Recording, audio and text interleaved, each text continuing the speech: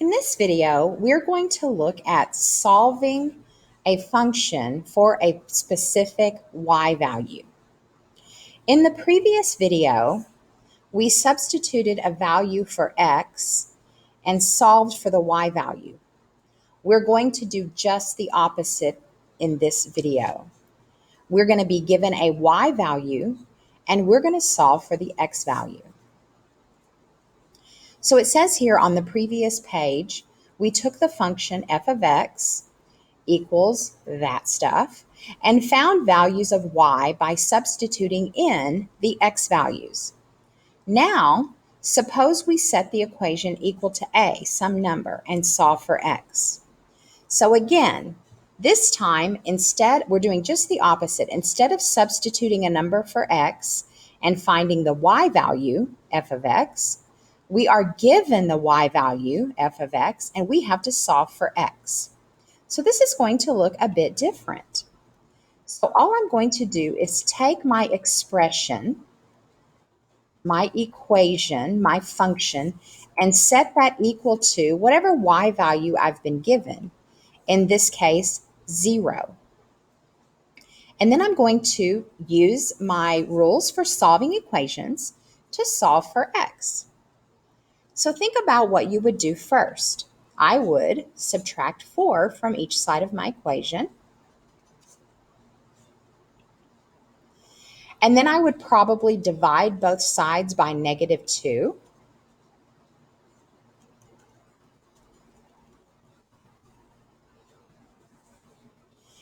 Now I've got to get inside those parentheses, so I need to get rid of that squaring. How do you get rid of a square? You're right, you square root both sides. So I'm going to take the square root of both sides of my equation.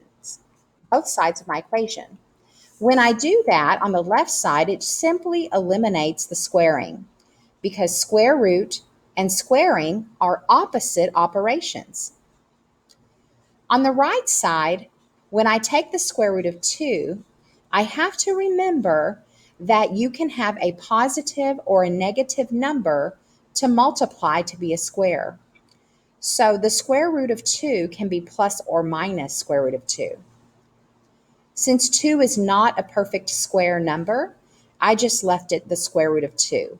We know that it's some irrational number beginning 1.14 something. So please remember that plus or minus when you take the square root of a number while you're solving an equation.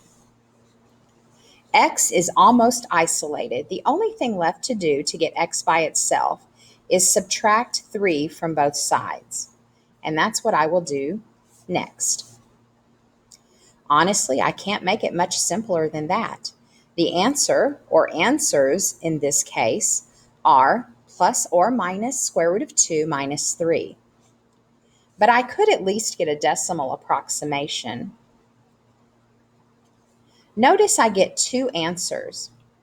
This is because to get one answer, I use a positive square root of 2, subtract 3, and then I get, let's see, what do I get? Negative 1.6. Or if I do negative square root of 2 minus 3, that should be a negative 4.4. Now, how did I do that? Did I use a calculator for that? Yes, I certainly did. And I'd like to show you now a nice handy calculator that I love to keep open on my desktop. You've used this Desmos Calculator before, but instead of saying /calculator, you can say desmos.com/scientific, and you get this beautiful calculator that allows you to type in square roots and all sorts of wonderful things. It's a very user-friendly calculator that I highly recommend. Do you think that you could follow the same steps we did in this first example to solve the second example? If you want to give it a try, pause this video.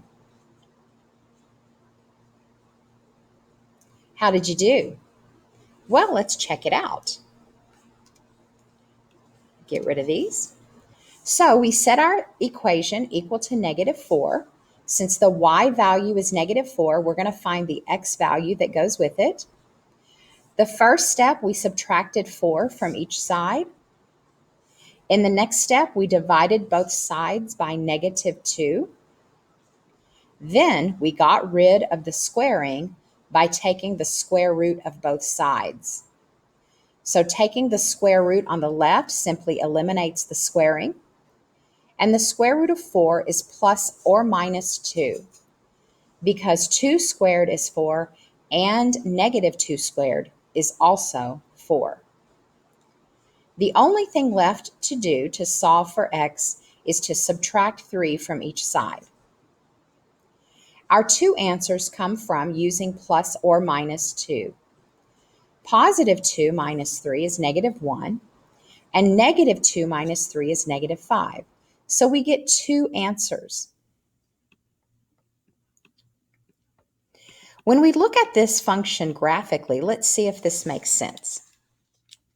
When we solved the equation f of x equals 0, what do the results for x represent graphically?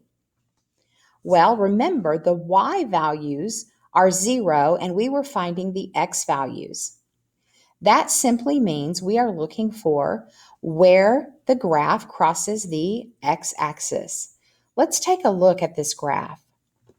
We see that when the y value is 0, one of the points is over here between -4 and -5. That could be -4.4. Another 0 is here between -1 and -2. That could be about -1.6. And that is precisely what we solved for when we solved for f of x equals 0. And here I have this written out. When we solved the equation f of x equals 0, we were finding the zeros of f of x. And we can see this graphically where the graph crosses the x-axis. Explain how your results for x when you solved f of x equals -4 above concur with the graph of f of x picture to the right. F of x equals -4. This is telling us the y value is -4. Let's find where the y value is -4 on this graph. That would be right down here along this line. What are the x values that go along with the y value of -4 for this graph? One of them is right here at -5, and the other one is here at an x value of -1. And that is precisely what we calculated up here, that the x value is -1 or -5 when the y value is -4. And here I have that explained out verbally. When we solve the equation f of x equals -4, we are finding the values of x that make f of x, or y, equal to -4. We can see this graphically. The graph of f of x contains 2 points with y values equal to -4. -5, -4, and -1, -4. In summary, when you evaluate f of a, or when you plug some number in for x, what does the result represent graphically? We learned this in the previous video. When evaluating f of a, you are finding the y value of the point on the graph that has an x value of a. And then the other point of this video, when you solve the equation f of x equals a, what does the result represent graphically? Well, that's what we learned in this video. When you solve the equation f of x equals a, you are finding the x value of the point or points on the graph that has or have a y value of a. Hope this helps.